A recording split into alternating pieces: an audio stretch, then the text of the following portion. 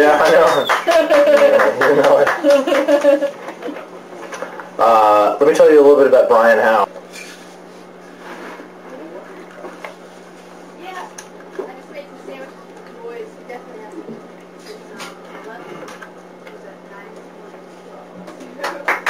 Hey, stop it! Cut that shit out.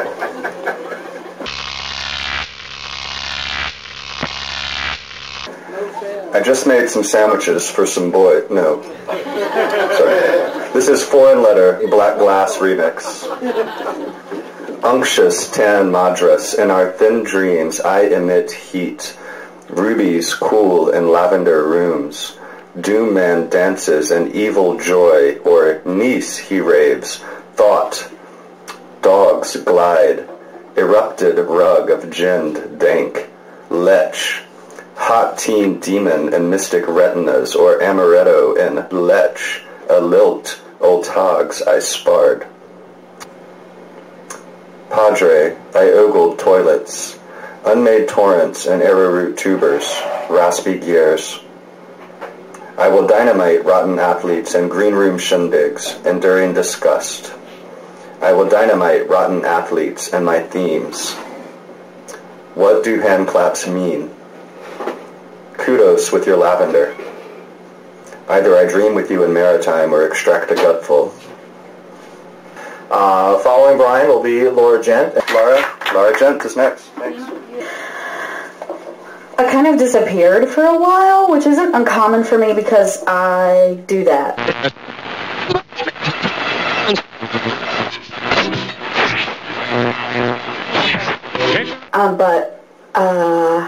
I usually do it for like big reasons because like I'm getting married or I'm going back to school or some crap like that. But this actually happened because I had vertigo. Vertigo 1.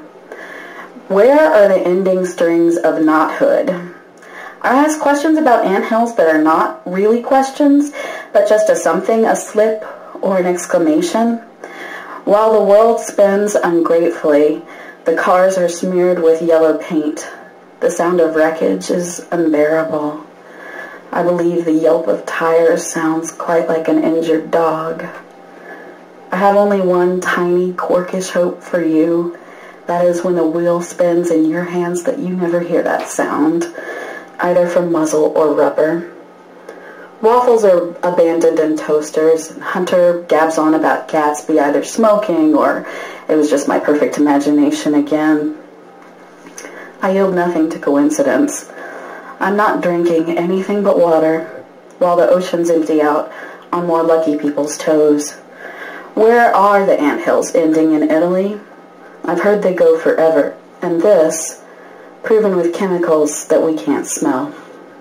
And our third reader in the first group, Chris Salerno.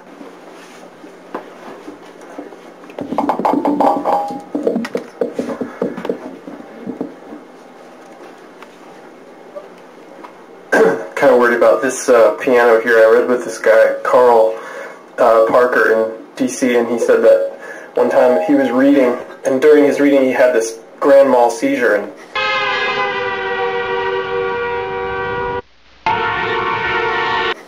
there was a piano there, and he fell on the piano and sort of played this tremendous chord, like right as he was kind of, ever since then I can't forget that. To explain this field of talk tonnage wouldn't ape a door, or give the well-read a deck from which to whore it. It cannot lug. Back flap.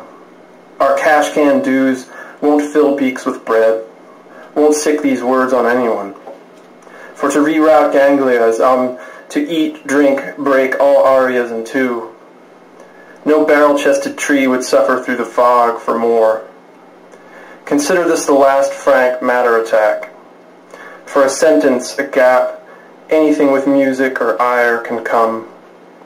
As a dying limb flowers beneath a dead Camaro.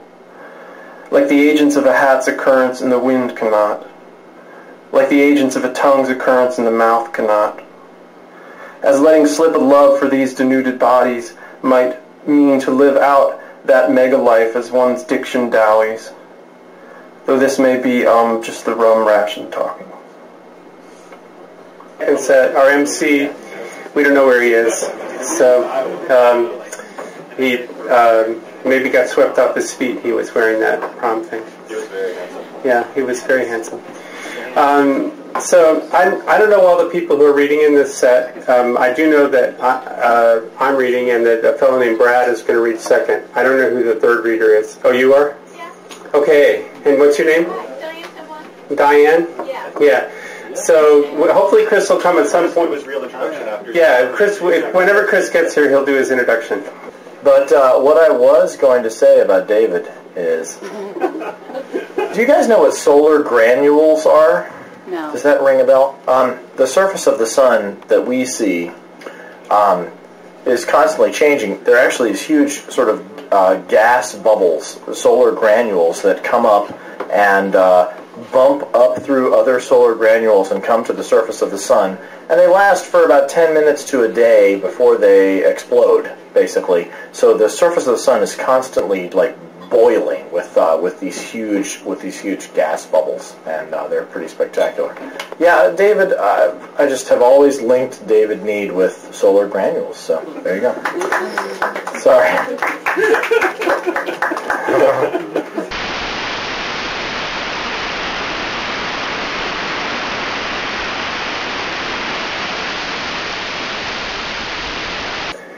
He was looking away while she said this, wondering, is it just that I focus too much on one element? Fire for a long time, and then water, then fire? I'm trying to pull my way along a string. I'm not sure if it's a D or a G, but I'm hoping that somewhere at the end of the well there's a splash. And then he noticed her and said, oh, you're angry. And so she says, ventriloquism is not a solution. What you think is a light under the door has been under the stairs a long time. No one's there, but your arm, or perhaps that place under your shoulder where the dam burst last year. Besides, since I am at least double, I was simply a brief exposure between frames, not really angry. But the words, I'm not sure they're helping. So then he says, so you are angry. See, it's the same kind of stringing out along the fence as me, this careful walking, a thin pursed, this example set by the horizon that makes looking past your lips and face more difficult. Somewhere out beyond the earth's curve there is perhaps a pure feeling, but the sunrise is so much larger. Seeing the tawny cattle lowing near the creek and the infinite details of wind and grass, I'd rather say that. Then, on my hands and knees, the count gets lost and I have to wait for sunset. She says, when you talk this way about breath, I wish you were Daphne. Then perhaps you would understand what it means to share space. You could look at day and night a long time without understanding that I never come up over the hill. The stars and sun are both raptures that fall over your face like a mother's hair. In the morning when you go to the window, all you see is a prism display. And he says, do you know what you're looking for? And she says, always.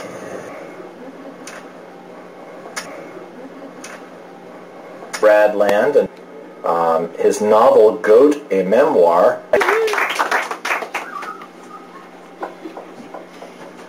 Hey, thanks. Thanks for having me. And Fiction writer. huh? The first book is a memoir. Actually, it's not. I don't know. Like they do this thing like where like they have to have like a tag. I mean, it is a memoir, but like it gets listed as like goat, a memoir, like never just like goat.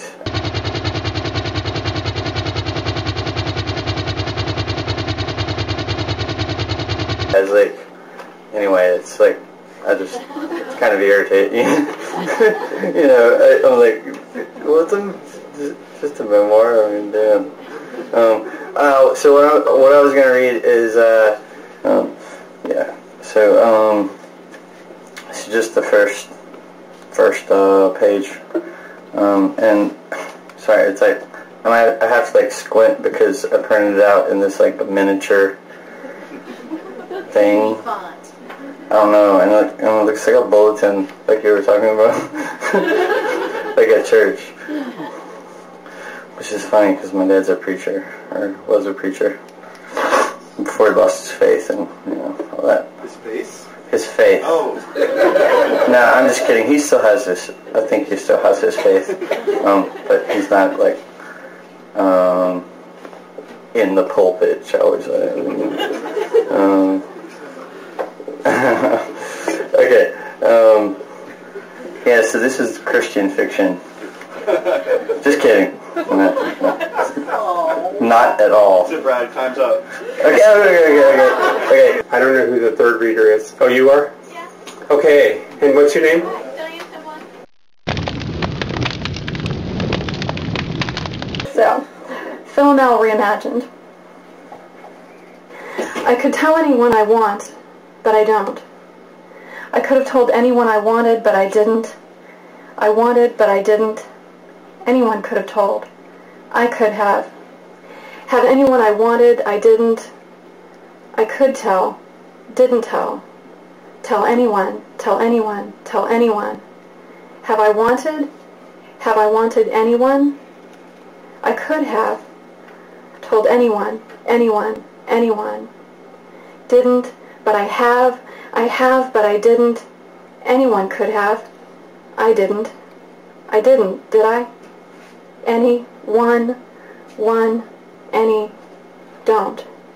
Anyone could. Have, don't, wanted, I, but anyone, but I. Tell, don't. I didn't, I didn't, I didn't. They inserted Billy Joel in my mind and handed me this computer.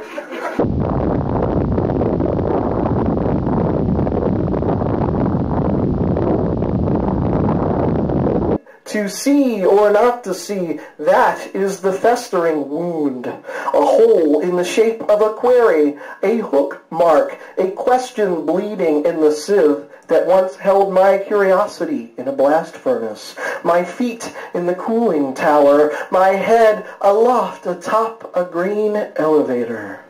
Your palm-gripped rodent, your leash on your tigerless emotion rubs the entry to my none too solid inner hollow. Pipes and tubes of question marks forged from iron and coal, chromium steel, now echo, echo, echo, from a disposable transistor radio, resisting nothing in the revolution of your pockets and the evolution of the dissolution of your mind into zeros and ones. They inserted Billy Joel in my mind and handed me this computer. I complied. What did you do? Who? You! I mean, you specifically, not any other you. You, and me, you too. We are the world, simply reduced by a many-faced network of electrons to ensure our coefficient equals 0, to stab inward our nothingness, dry ocean, snapping fish, without questions. Kenneth, dear, why did you forget the frequency? The dude abides, but the motherfuckers abound. Same time, same bat channel, the penetrating words, the technology of bleeding lacerations, the mastication requested for sentences scattered in a pool of letters on the floor. Plugged in and ancient, penetrant, click. It has been said before, of this I am sure. This is called Zeitgeist, the spirit of the times.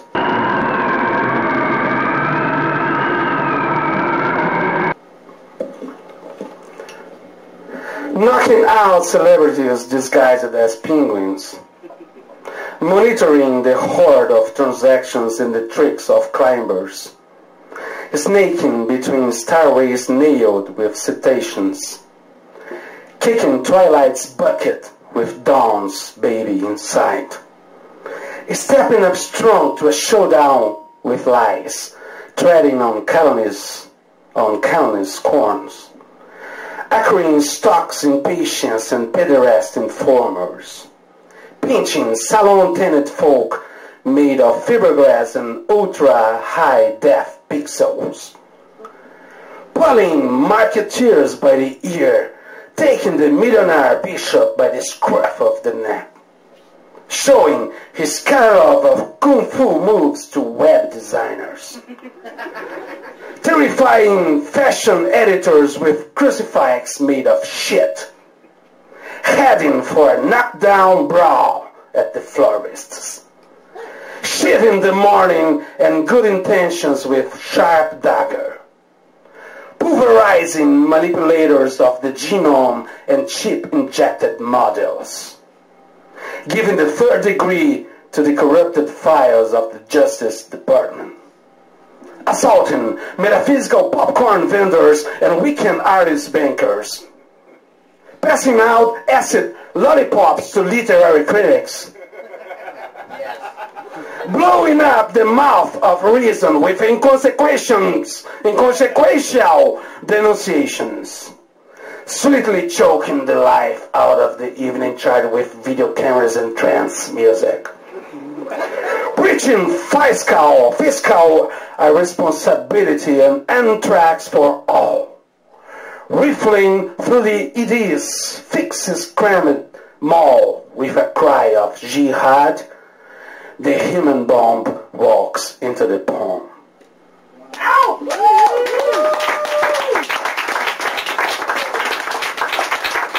And then I'm Chris Vitiello. I'll read. I'll close the joint, and I live in Durham. But without any further delay.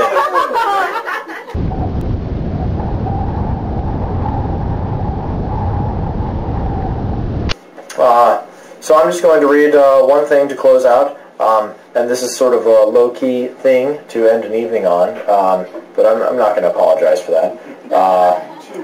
Yeah, this is these are I'm writing poems nowadays that I think of as clarification poems.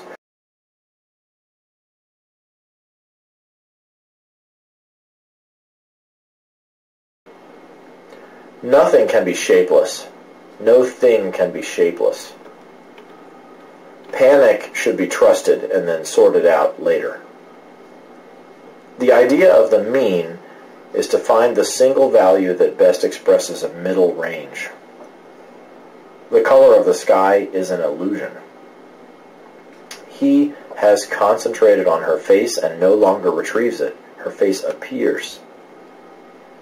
The Earth's gravity holds the moon in orbit, and yet even a child can throw a ball high into the air.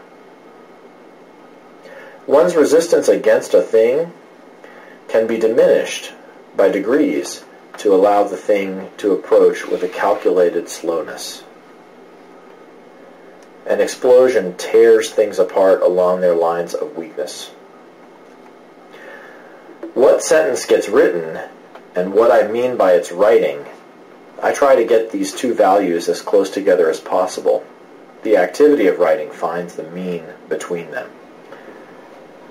There is no compelling reason for there to be more than one poem. Thanks very much, everybody, and have a great night.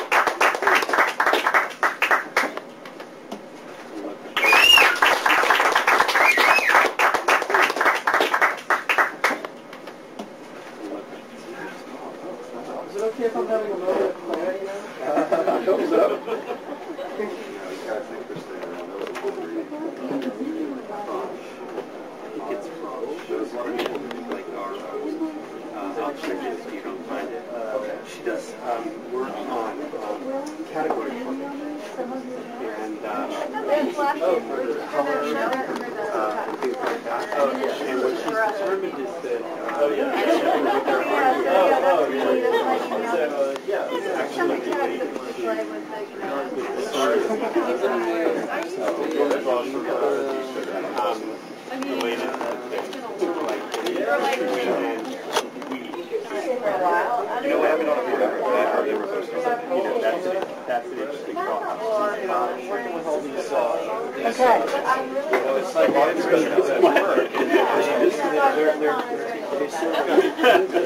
Really strange thing happened. What's that? When I started the second set, the cap did not completely close to what. Oh, And I had cut off. and part of it was cut off here on the end, and if I zoomed in, so I had to be tight the whole time. that is what it is. Yes, Why do you think that happens? It's a mechanical problem. mechanical problem. And there looks like to be.